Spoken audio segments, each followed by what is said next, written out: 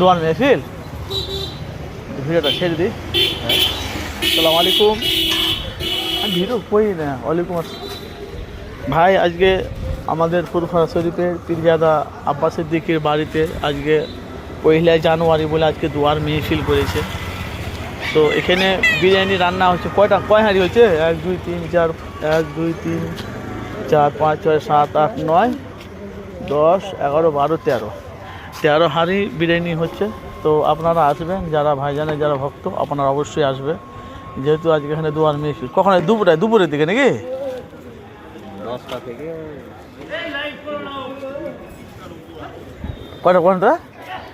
10টা থেকে শুরু হবে। 10টা থেকে লাইভ করতে বারণ করছে। তার কাটা আছে নাকি?